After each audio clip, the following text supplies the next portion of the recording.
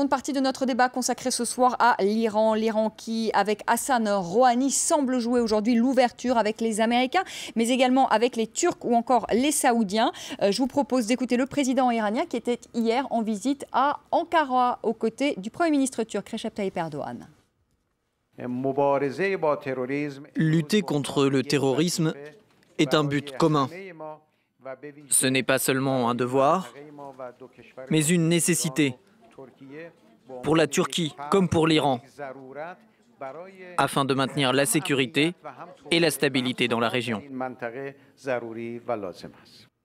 Antoine Basbous, lutter contre le terrorisme, est-ce que l'Iran peut nous aider à lutter contre le terrorisme? Est-ce qu'il peut aider la Turquie qui joue un peu double jeu avec ses djihadistes, notamment à stabiliser l'Irak? Parce que l'Irak aujourd'hui, on le disait ce soir, c'est un pays vraiment qui est déstabilisé. Est-ce que l'Iranien Rouhani peut aider le chiite al-Maliki?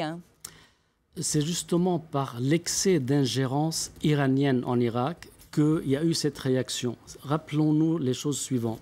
Le général Petraeus, en 2007, avait envoyé le surge, l'envoi de renforts en Irak pour stabiliser et reprendre à l'Anbar cette région qui s'est aujourd'hui libérée en quelque sorte de l'autorité de Bagdad. Et à l'époque, il a formé des unités pour combattre ces terroristes-là. Eh bien, ces gens étaient promis à ce qu'ils deviennent des fonctionnaires de l'armée et de la police. Quand Maliki est arrivé, il a déchiré tout ça, il ne les a pas fait intégrer dans la fonction publique. Et ce sont ces gens-là, aujourd'hui, qui, avec l'excès de la politique iranienne en Irak, qui est dirigée par le général Soleimani, que ces gens-là se sont sentis totalement à l'écart et qui se révoltent. Alors, qui est la colonne vertébrale de ces gens de l'EIL? Ce sont les officiers de Saddam Hussein, les baassistes, qui n'étaient pas du tout religieux, qui avaient des moustaches, et maintenant ils ont des moustaches et une barbe. Et donc c'est une réaction primaire à l'ingérence iranienne en Irak. Donc il faut quand même regarder les choses de ce côté-là, parce que les terroristes se trouvent des deux côtés. Les pasdarans en Irak, ce sont des terroristes. Ils ne sont pas chez eux, ils sont envoyés par un corps d'étrangers, un corps d'élite de la force Al-Quds. Et cela en fait, aussi... ce que vous dites, Antoine Basbous, c'est que peut-être de façon peut-être primaire, en tout cas c'est ce que vous dites, on a tendance à mettre le terrorisme sur le compte des pays du Golfe, de l'Arabie Saoudite, du Qatar, et qu'il faut aussi regarder ce terrorisme qui est aussi semé par l'Iran et dont on parle moins, c'est vrai. Mais oui, mais Khomeini, en arrivant, il a voulu exporter sa révolution. Et il a fait créer des cellules dans tous les pays où il y a des chiites, des cellules qui sont des Hezbollah locaux, en Irak, en Syrie, au Liban, au Yémen, et ça s'appelle Jundallah, ça s'appelle Hezbollah, ça s'appelle Asa'ib al-Haq, Abu al-Fadl al-Abbas, ça dépend. Mais dans chaque pays, il y a un bouton où les pasdarans en Iran peuvent appuyer dessus et avoir la réaction qu'ils souhaitent. Bernard Ourcade et ensuite Fariba Choudi. Il y a plus de 180 000 morts en Syrie. Je ne sais pas combien il y en a aujourd'hui en Irak. Il y en a eu 10 000 la semaine dernière. Il faut être sérieux avec l'Iran. Je suis scandalisé par ce que je viens d'entendre. Scandalisé. On ne peut pas à la fois dire que la crise, les djihadistes sont dus à des employés de Saddam Hussein qui n'ont pas été payés, qui finalement se révoltent, etc., en ne prononçant pas le mot de l'Arabie Saoudite et des monarchies arabes qui ont financé effectivement cela en Syrie et ailleurs. Que les Iraniens ne soient pas des enfants de cœur, je suis entièrement d'accord. Je suis bien placé pour savoir ce que sont les pasdars, ce que c'est que la République islamique. La question est très claire de ce point de vue-là. Mais dire terrorisme d'État, qu'est-ce que ça veut dire cela ? Qu'est-ce que ça veut dire? Sinon que, effectivement, l'Iran en tant que pays soutient le Hezbollah, a des relations amicales avec l'Irak, etc. Prétendre que ce qui se passe à Mossoul aujourd'hui, c'est parce que les Iraniens ont envahi ou sont trop puissants en Irak, que Soleimani est puissant en Irak, c'est faux. Soleimani est en Syrie, d'ailleurs, il est en Iran. Donc soyons sérieux, il y a des choses extrêmement graves qui se passent, et d'occulter ainsi les rapports de force tels qu'ils sont, de ne pas regarder qu'aujourd'hui, le retrait américain fait qu'il y a deux pays face à face, deux gendarmes du Golfe, l'Iran et l'Arabie Saoudite. Vous mettez aujourd'hui l'Iran et l'Arabie Saoudite, les Saoudiens n'ont pas accepté que Zarif aille à Riyad la semaine prochaine.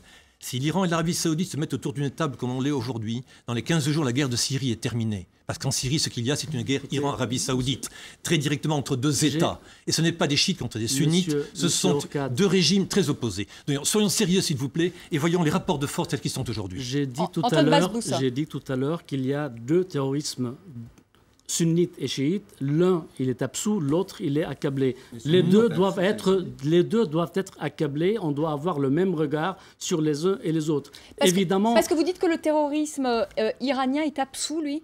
Ben oui, quand on regarde les commentateurs, surtout en France, on voit que Hezbollah, Pasdaran, Aboul Fadl Abbas, toutes ces organisations qui dépendent de Téhéran sont absoutes et considérées, présentées comme étant positives. On ne parle pas de terrorisme d'État, on parle seulement des sunnites comme étant des terroristes. Il faut les placer tous les deux sur le même piédestal et non pas s'aligner sur l'un pour combattre l'autre.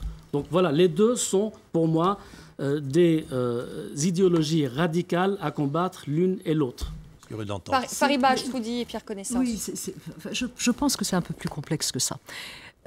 Premièrement, pour revenir s'il y a des responsabilités, première responsabilité, c'est quand même les États-Unis. Il ne faut pas oublier ça. Ils sont allés foutre des bombes sur toute une population. Après, ils sont cassés. Pardonnez-moi, je parle vraiment comme ça pour faire... et en plus, c'est eux qui ont laissé les frontières totalement...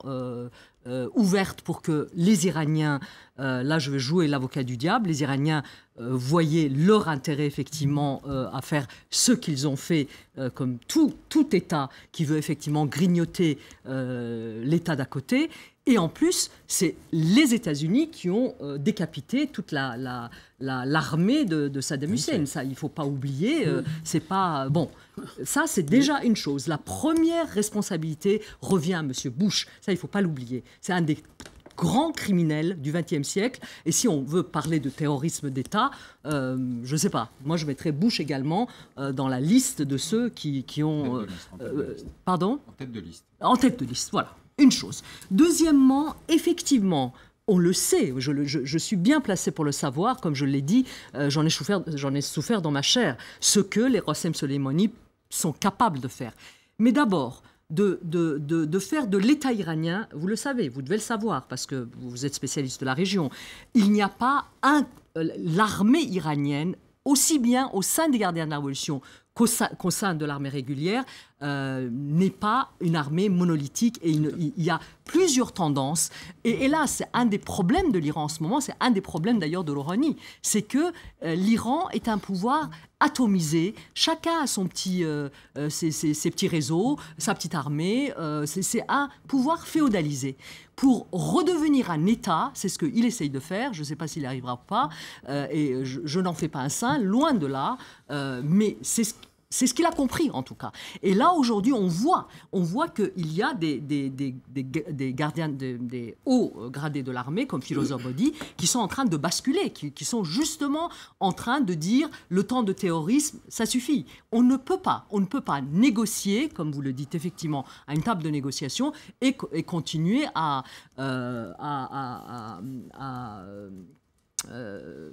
envoyer des terroristes, exactement. Et pour se démarquer justement des djihadistes, des fous furieux djihadistes, c'est ça qu'ils ont compris. Ce qui ne veut pas dire qu'ils n'ont pas encore effectivement des noyaux durs qui font éclater des bombes ici et là. Ce qui ne veut pas dire que leurs gardiens de la Révolution Ils sont en Syrie, ça exactement, fait plus de font parfois des horreurs et des massacres comme... Tout ça, ça ne veut... Et je ne défends pas, je ne défends absolument pas ni l'armée, ni les gardiens de la révolution iranienne, mais c'est vrai qu'on ne peut pas faire l'amalgame complet. Et en ce moment, effectivement, pourquoi la population iranienne, après 2009, après la terrible répression qu'elle a subie, ne revient plus dans les rues? C'est pas parce qu'ils ne veulent... On a assez souffert comme ça. C'est parce qu'ils voient ce qui se passe autour. Je suis la première à dire non, je n'ai pas envie que mon pays devienne la Syrie, la Libye, où les Français et des intellectuels, grands intellectuels français ont dit on va aller libérer la Libye. Pardonnez-moi, si c'est ça la libération, je n'en veux pas. Mais beaucoup disent ça aujourd'hui au Caire, un peu partout. On préfère à la limite même le pouvoir autoritaire au chaos. Pierre Connaissant, c'est intéressant quand même ce rapprochement, cette visite de Rouhani qui est allé voir Erdogan en Turquie. Vous le disiez Bernard Roca tout à l'heure, Jawad Zarif qui est donc son chef de la diplomatie qui va lui aller en Arabie Saoudite. Il espère y aller. Est-ce qu'il peut y avoir justement des rapprochements? Est-ce qu'on peut imaginer que sunnites et chiites se mettent à une même table des négociations? Parce qu'en ce moment, toute la région est presque à feu à sang, il faut quand même le dire. La Syrie, l'Irak, le Liban, c'est très fragile, l'Afghanistan. Je suis un peu en désaccord avec Bernard sur l'analyse qu'il fait de la région, parce que je trouve que les crises qui se sont enchaînées les unes dans les autres ont montré de plus en plus une guerre de religion qui aujourd'hui divise le monde arabo-musulman. Que ce soit au Yémen, soit en Afghanistan, que ce soit au Pakistan. Le Pakistan est quand même le deuxième pays dans lequel il y a le plus d'attentats terroristes interculturels. Vous savez qu'aujourd'hui, le terrorisme tue 9 fois plus de musulmans que de non-musulmans. C'est pour vous dire si aujourd'hui le phénomène terroriste est un phénomène interne au monde arabo-musulman. Et donc, à mon sens, l'instrumentalisation des États a perdu le contrôle de ce qui est en train de se passer. C'est-à-dire que ce qui se passe au Yémen, ce qui se passe en Afghanistan, ce n'est pas les Hazaras d'Afghanistan qui vont être le foyer du terrorisme. Donc on est dans une situation où, paradoxalement, les diplomates occidentaux ne tirent pas les conclusions de cette évolution, c'est-à-dire qu'ils pensent qu'en jouant sur les capitales, on va gérer les crises. Mais si on est entré dans une guerre de religion, on n'a rien à faire à choisir entre les extrémistes sunnites et les extrémistes chiites. Or, nos diplomates ne savent pas s'arrêter. C'est-à-dire qu'ils croient qu'ils ont encore la capacité à intervenir. Dans une guerre civile, quand vous mettez des militaires au milieu d'une guerre civile, ce sont les ennemis des deux camps qui vous tombent dessus. C'est ce qu'on a connu en Yougoslavie. Et pourtant, ça n'a pas servi de leçon. Et alors, deuxième remarque, c'est ce que vous disiez, madame, on a des intellectuels extraordinaires, des super intellectuels qui sont capables de vous décider la guerre partout dans le monde, mais regardez le résultat des interventions militaires occidentales, que ce soit l'Irak, que ce soit la Libye, que ce soit le Mali. On a remplacé la diplomatie par une action guerrière. Vous savez, Clausewitz s'enterrait, c'est fini. La guerre n'est plus la Là, on commence quand même à s'arrêter, je pense que... Mais je ne sais pas. Je suis désolé. Pour la Syrie, en l'occurrence, personne n'a voulu intervenir. Ou on a fait semblant de vouloir intervenir. On était à deux doigts à un certain moment. Rappelez-vous que notre président s'est retrouvé tout seul en race campagne parce qu'il regrettait qu'on ne l'ait pas suivi. Mais peut-être au début, il fallait intervenir, pas militairement, mais il y avait des moyens. Il y avait peut-être d'autres choses. Déjà, de ne pas permettre la zone aérienne, il y avait des moyens. Mais jamais on laisse pourrir les situations et après... Allez, on ne va pas faire un débat sur la Syrie. Fallait-il intervenir ou pas intervenir? La question c'est, est-ce qu'avec tous ces conflits justement dans la région, que ce soit le conflit syrien, que ce soit l'Irak, et aujourd'hui on en parle beaucoup de l'Irak, parce que c'est très grave là ce qui se passe en Irak, l'Afghanistan, est-ce que justement la solution, Antoine Basbous, c'est de mettre à une même table pour régler ces problèmes? C'est pas en effet les diplomates occidentaux peut-être qui vont régler le problème, mais de mettre sunnites et chiites à une même table. Est-ce que c'est envisageable quand vous voyez justement ces petits mouvements de Rouhani qui va voir Erdogan, de Zarif qui va peut-être aller en Arabie Saoudite? Est-ce que c'est possible? Est-ce que ça bouge un peu? La cartographie de la région est héritée de l'accord Sykes-Picot de 1916. Cette carte avait une essence nationaliste, et dans laquelle on peut retrouver en Irak des Kurdes, des sunnites, des chiites, la carte est dessinée selon les intérêts des Occidentaux. Eh bien, ce nationalisme-là a été aboli avec le triomphe de la révolution chiite en Iran. Aujourd'hui, l'Irak, qu'est-ce qui se passe? Les Kurdes sont de leur côté, les sunnites sont en train de se soulever, malheureusement à travers les radicaux, et les chiites ont un pouvoir aligné sur Téhéran. Et ça va se faire la même chose en Syrie. Il y a d'ores et déjà le Kurdistan syrien, il y a l'Alaouistan agrandi, élargi, qui pousse ses frontières jusqu'à intégrer Homs aux portes de Damas. Et donc c'est la région tout entière qui est en train d'imploser, et nous allons remplacer le nationalisme par le confessionnalisme. Et là, on est dans une lame de fond extrêmement dangereuse et qui va durer longtemps. Alors, sur le centralisme stratégique de l'Iran, il y a des baronnies partout en Iran, c'est vrai, mais la centralité stratégique, c'est le guide. Le guide, lui, quand il a une idée, il l'impose et tout le monde s'incline. Nous l'avons vu avec Khatami, il a régné, il a été président pendant 2 mandats de 8 ans, eh bien il n'a pu rien faire alors qu'il était élu par 20 millions d'Iraniens.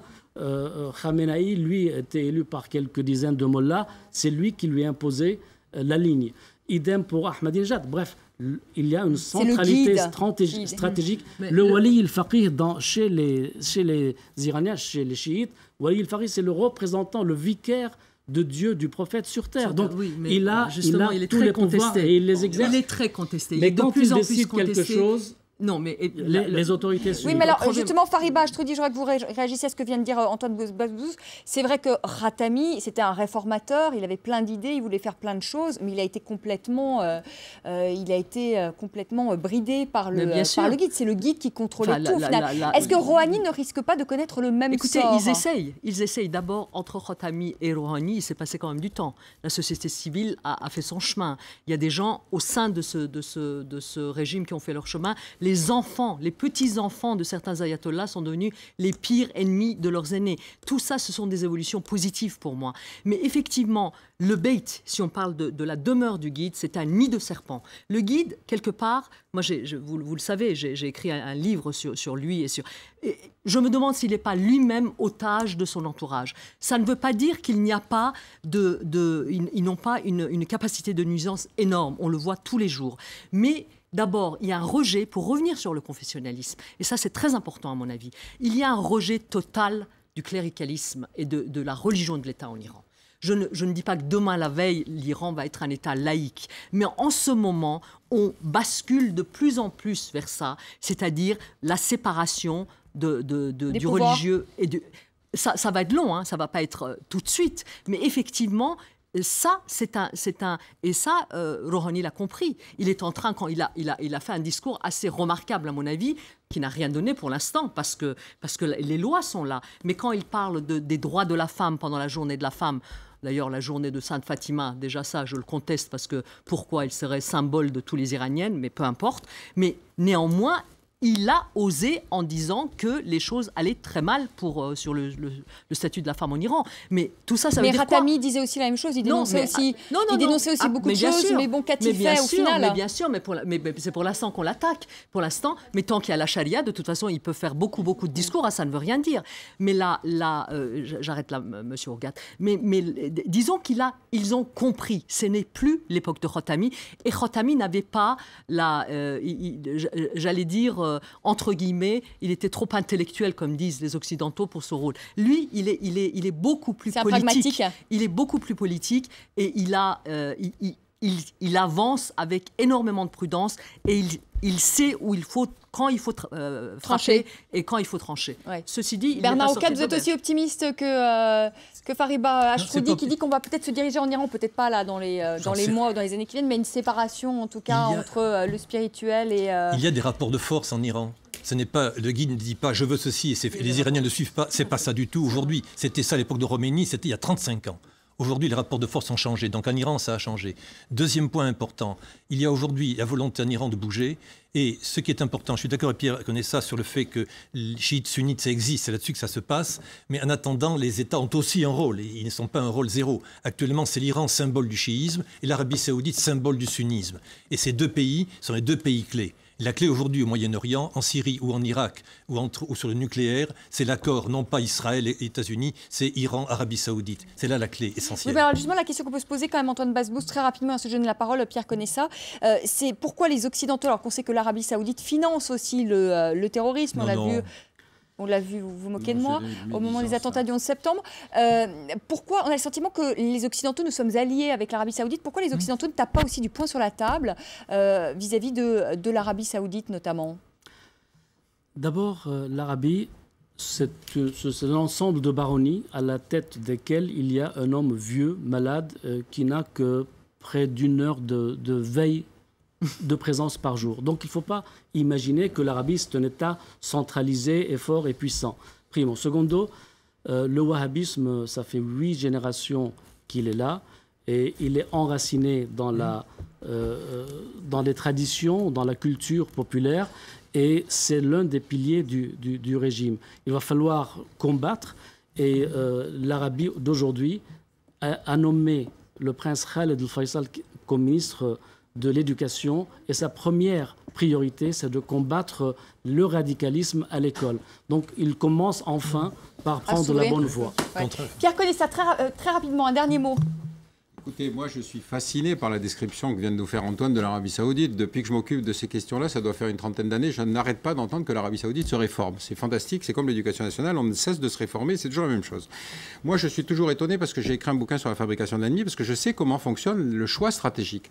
Écoutez, en matière de droits de l'homme, l'Arabie Saoudite est quand même bien pire que l'Iran. En matière de droits de la femme, n'en parlons même pas. En matière de respect des minorités, n'en parlons même pas. Et l'ennemi, c'est l'Iran. Alors je voudrais comprendre qui fait le choix. Moi je prétends que ce sont les Américains et qu'il faudrait peut-être qu'en tant qu'Européens, on commence à prendre une certaine indépendance de réflexion stratégique.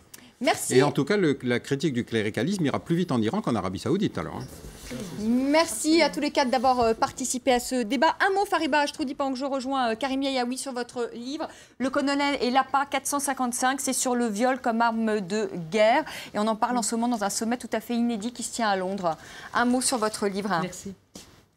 C'est effectivement l'histoire d'une ancienne prisonnière politique, je ne nomme pas le pays, ça peut se passer n'importe où, qui rencontre un des hauts gradés qui l'a emprisonnée dans un pays tiers. Et effectivement, de flashback en flashback, on comprend à quel point le viol systématique dans certaines prisons est une arme de guerre. Mais effectivement, au-delà de ça, il y a peut-être la transcendance et l'amour qui peut faire la différence. Mais entre l'amour et la torture, mélanger les deux, pourquoi pas? Pour l'instant, certains lecteurs me disent que c'est peut-être ça le cœur de ce livre. Voilà. Merci à tous les quatre. Karim, bonsoir. Bonsoir. Une femme est devenue la cible des médias iraniens. Alors on parle pas mal de cette femme qui est une journaliste iranienne qui vit en exil depuis 2005 du côté de la Grande-Bretagne. Alors qu'a-t-elle fait pour être la cible des médias iraniens? Elle a lancé un mouvement sur Facebook il y a quelques mois. Elle invitait les Iraniennes à se dévoiler ou en tout cas à publier sur les réseaux sociaux les photos de moments intimes où elles étaient enfin toutes seules et elles pouvaient enfin enlever leur voile. Alors ça a connu un succès assez important. De très nombreuses femmes, jeunes femmes, ont publié des clichés relayés sur Facebook ou encore sur Twitter, mais ça n'a pas du tout plu à une frange de la population iranienne, et notamment des médias, les médias proches du pouvoir, qui ont relayé des informations insultantes pour cette femme et des menaces de mort qui sont évoquées sur un certain nombre de sites Internet aujourd'hui. La femme qui a dévoilé l'Iran menacée de mort, alors elle n'a pas dévoilé l'Iran dans sa totalité, mais en tout cas symboliquement, son action sur les réseaux sociaux a été relativement forte. On parle d'une autre femme dans les médias français. Voici son visage. Elle s'appelle Shahindoq Molaverdi. C'est la vice-présidente chargée des affaires des femmes et de la famille. Elle était de passage à Paris et elle symbolise pour certains la possibilité que les choses évoluent de façon positive. Du côté du monde, on la présente même comme le visage féministe de l'Iran, de Rouhani. Alors cet article commence de façon plutôt positive en expliquant que depuis toujours, elle se bat pour le droit des femmes. Elle a même fait une maîtrise qui traite de la violence faite aux femmes. Mais l'article souligne aussi que les résistances sont très fortes, très importantes du côté de l'Iran. On a parlé avec elle notamment du cas de cette actrice iranienne dont on a beaucoup parlé, Leila Hatami, qui avait été prise à partie et qui a même fait des excuses pour avoir osé faire la bise à Gilles Jacob du côté du Festival de Cannes. Et lorsqu'on parle à Shahindoq Molaverdi de ses résistances, elle est à moitié inquiète, à moitié optimiste, en expliquant que de toute façon, Rouhani n'a pas le droit à l'erreur parce qu'il y a eu tellement d'espoir placé en lui que la déception serait beaucoup trop importante. Voilà pour l'Iran, bureau politique aujourd'hui, enfin ce soir même, qui se tient à l'UMP. Et on va parler des troubles juridiques, justement, à l'UMP. Les troubles juridiques, c'est le visage de ces trois hommes, en quelque sorte, puisque c'est eux qui sont à la tête de l'UMP, mais les statuts du parti n'ont pas prévu ce cas de figure. Normalement, c'est le vice-président, Luc Châtel, qui aurait dû endosser cette responsabilité depuis l'affaire Big Manon. Il va jouer un rôle, apparemment, Luc Châtel. C'est ce que j'ai lu ce soir. Une information qui nous est parvenue il y a quelques minutes de sources concordantes. Il devrait jouer un rôle, mais en tout cas, cette situation où on a un certain nombre d'hommes politiques, dont certains ont des ambitions présidentielles pour 2017, est un petit peu confuse. Et donc, ce bureau politique est censé régler les choses. Alors, ce bureau politique, il y aura une caution morale, en quelque sorte, Édouard Balladur, qui sera qui est présent à ce bureau politique, ce qui suscite un certain nombre de tweets ironiques.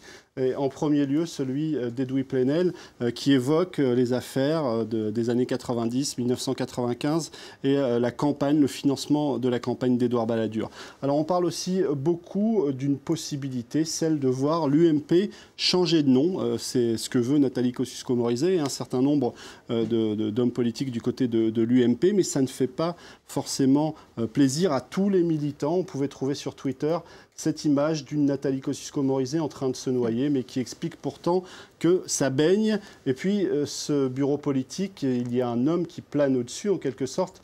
C'est Nicolas Sarkozy.